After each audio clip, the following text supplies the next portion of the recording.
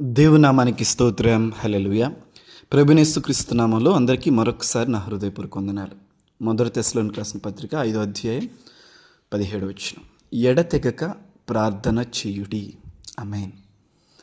ఇది అందరూ చెప్పే మాటే, ప్రతి దైవజనులు. అలాగే ఆ దినాన అపోస్తలుడైన పౌలు సంఘానికి కూడా ప్రేమపూర్వకంగా వారికి తెలియచేస్తున్నమాట. ఎడతెగక ప్రార్థన చేయుడి. ఎందుకంటే prayer is a communication to God.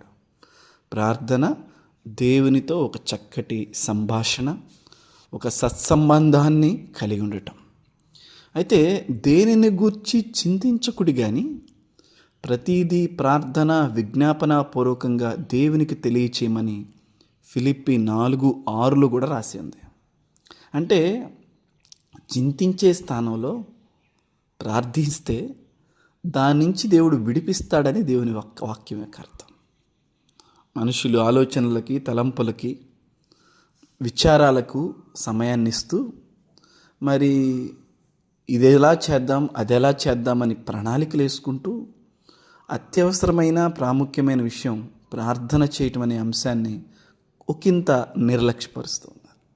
యాక్చువల్గా మనం ఎంత విచారించినా, ఎంత ఆలోచన చేసినా ప్రార్థన చేసే కార్యం మన ఆలోచనలు ఏమీ చేయలేవు. ఆలోచిస్తే తెల్లవి నల్లవి అవుతాయా, నల్లవి తెల్లవి అవుతాయా? కానీ ప్రార్థిస్తే జరుగుతాయి దేవుడు. ఆమేన్. మరియు మీరు కూడి నా నామమున మీరు నన్నేమి అడిగినను, ఏమి అడిగినను అవి మీకు అనుగ్రహించబడును. ఇట్స్ కవెనెంట్ అండి. అది దేవుని వాగ్దానం. అది యేసుప్రభువు చెప్పారు, నా నామం పేరిట మీరు నన్నేమి మీ సంతోషం పరిపూర్ణం అవటానికి నన్ను అడగను అన్నాడు దేవుడు.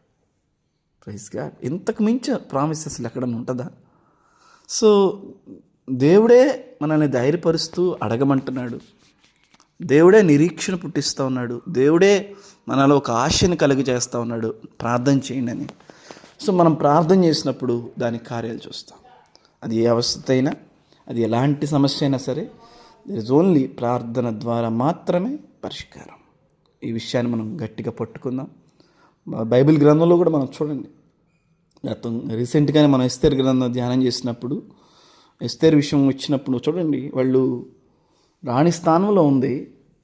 ఏదైనా నువ్వు చెయ్యని మొర్దెకై అని అడుగుతుంటే మొర్దెకైతో ఎస్తేర్ ఏమంటుందంటే, ప్రార్థన చేయండి నా కోసం, నేను కూడా ప్రార్థన చేస్తాను. అధికారంలో ఉండి ప్రార్థనని నమ్ముకుంటున్నారు అండి. అంత ఉన్నతమైన స్థాయిలో ఉండి, రాణి స్థాయిలో ఉండి ఆమె ప్రార్థన వైపు తిరిగినప్పుడు మనం దేని వైపు తిరగాలి? హల్లెలూయా. కనుక ఎంకరేజ్ ఆల్ ఆఫ్ యూ, ఎడతెగక ప్రార్థన చేద్దాం. దేవుడు తనదైన గొప్ప